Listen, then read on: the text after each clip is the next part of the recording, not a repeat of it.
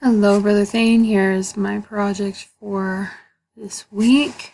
So we can add an item like dog. If I can spell dog, walk the dog, add, and it appears there. We can edit it, and you can even mark it as complete, or we could change it to dogs. Save, walk the dog, send it's complete. We can delete the items. So that's all of that, and then I don't know if you need to see it, but here in Postman, you do the same thing by using the get, post, put, and delete options, and then changing the URL here, it'll do the same thing. So to demonstrate that, I'll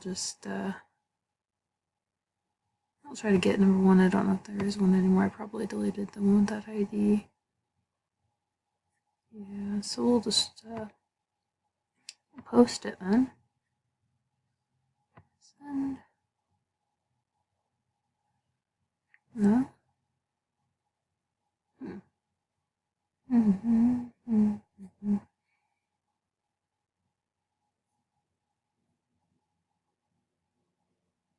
No.